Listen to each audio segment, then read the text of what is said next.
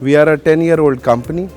We've recently diversified from our mainstream of business. So crew maritime training is our main focus, which has been excelling for past decade now. But recently we moved to digitalization.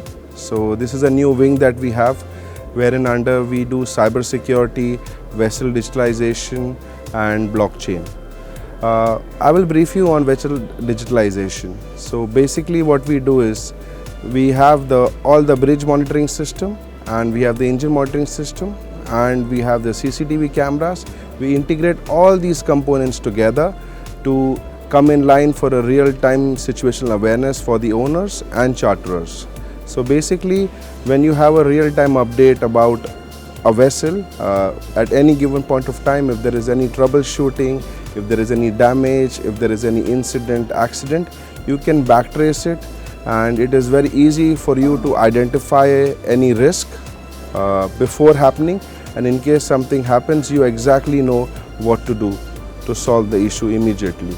You have a good situational awareness of what is happening on board, and as the CCTV cameras and other parameters are there, it becomes more real time, So what used to happen is, in today's time, people wait for the noon report at 12 o'clock to understand what exactly is happening on board, whether it is fuel, ROB, or the vessel's position. Of course, position is just a small aspect. With these days, we get to know from a lot of marine traffic and everything. But otherwise, the maritime industry has struggled for quite some time in terms of purple finders and everything. A lot of solutions had come.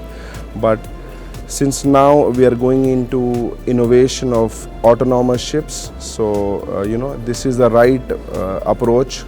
Before we have autonomous ships, getting lesser workload off the sailing officers and engineers, this is a right approach, so that slowly and steadily we can actually make this dream happen of autonomous ships. So other than digitalization, we also do vessel upgrades. So we have a simple solution of batteries, and this has been out in the market, and of course I will not say we are the only ones. There are a lot of companies already doing it. I would not name them, but yes, there are handful of people who specialize in this, and with our years of experience, we have also developed a model which can help vessels act as a component in the vessel to make it hybrid. So if you know about hybrid vessels, they run on diesel electric, and once the vessel, especially the offshore vessels, so once you have a hybrid vessel, it gets you more fuel efficient and plus a lot greener. So I think in the future we have to go a lot more, low emission sulfur, and all these things are already in place. So we will also add more to the environment and make less carbon emission in the times to come. What I would say is that there is a lot of human error in any accident and investigation. When you see human error is one of the very easy, and what we have found out is that generally even the insurance companies have now, or in last so many years, they don't consider human error, and of course a human error and human element. So when we talk about autonomous ships, that human error element can be taken off, So in case something happens, we know exactly what has gone wrong. And the main challenge, I would say, is the finances, because you have to invest a lot of, like say you are a vessel owner with 1 ship, 5 ships. So generally it takes a toll on the budget for the owners, So say if I have to do an offshore vessel and it has to go into digitalization, it is an investment of $300,000, you know what I mean?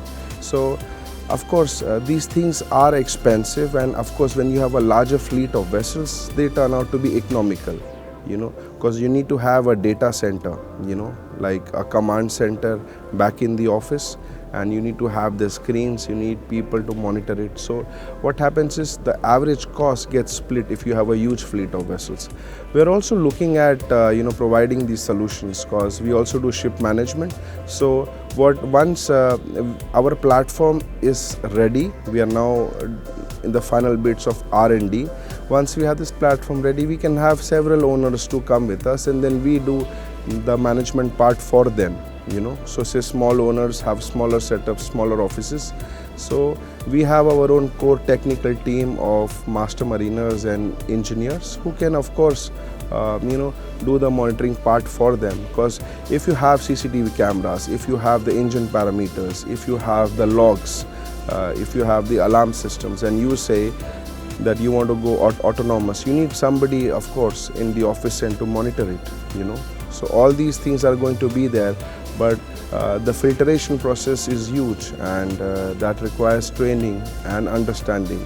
So we on the other side guide you to how to go about it, and then the use of command center. So for small owners we do that for them.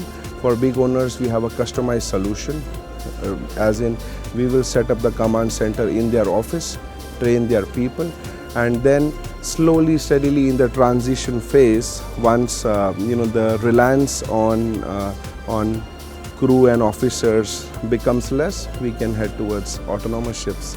But slowly and steadily, we will have to take the load off them by doing their job, and not say that they should do their job and we on the back front, just do the management part. So we will have to start monitoring together and adding value to the business.